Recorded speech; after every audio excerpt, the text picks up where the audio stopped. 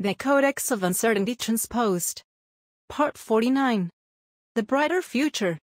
Mexico. Transposing Emblem by Alejandra González Sariñana. Más vale malo conocido que bueno por conocer is a common phrase in Mexico, and it tells a lot about the way we think as a collective. We do not like change, we do not like uncertainty.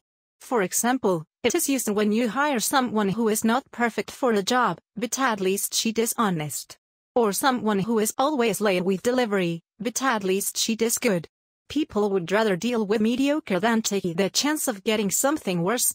This state of mind also translates into personal decisions and relationships.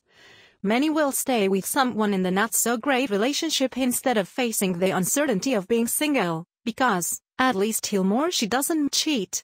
The same can be said for our political decisions. For years we have maintained corrupt governors and parties because it is always better to be sure of something bad than to be uncertain of something good. Only 3 parties have occupied the presidency in Mexico's modern history. The first one stayed in power for over 70 years. Everybody knew about the corruption and the rigged elections, but still, most voters elected them over and over again for fear of losing whatever few benefits they had. In 2000 the country voted for Vicente Fox, the first president that did not belong to an official party. Change and hope were in the net. We thought things would be radically different, better.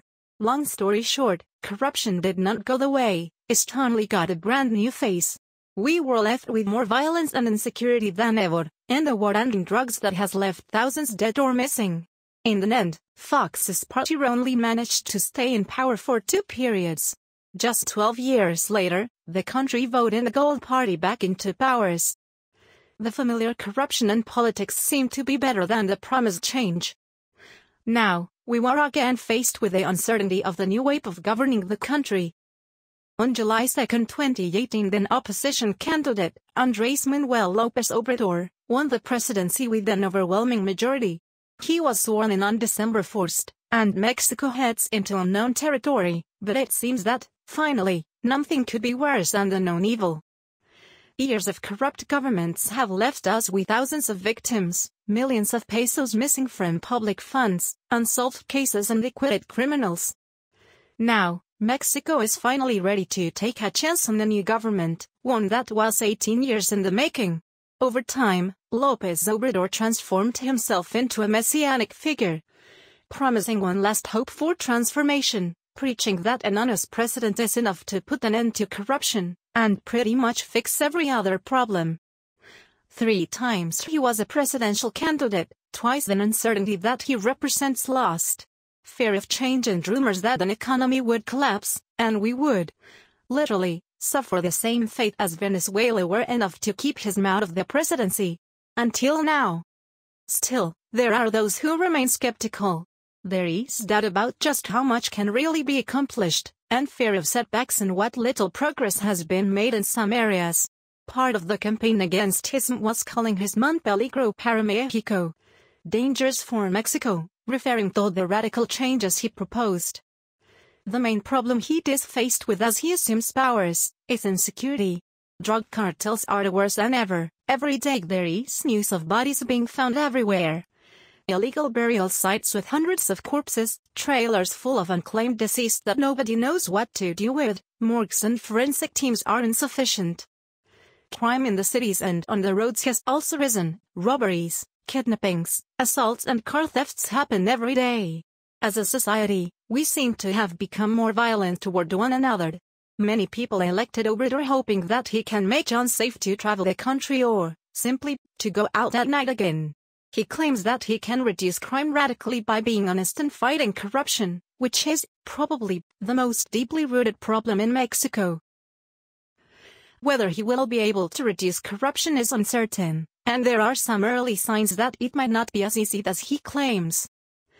There is hope, but there is also fear, because he has been surrounding himself with well-known politicians from the old official party. People that have been linked to corrupt practices and abuse of powers. When asked about it, he answered that he has forgiven the past and that those people have been redeemed by joining his movement. Obrador himself has raised questions about how he funded 18 years of campaigning all over the country.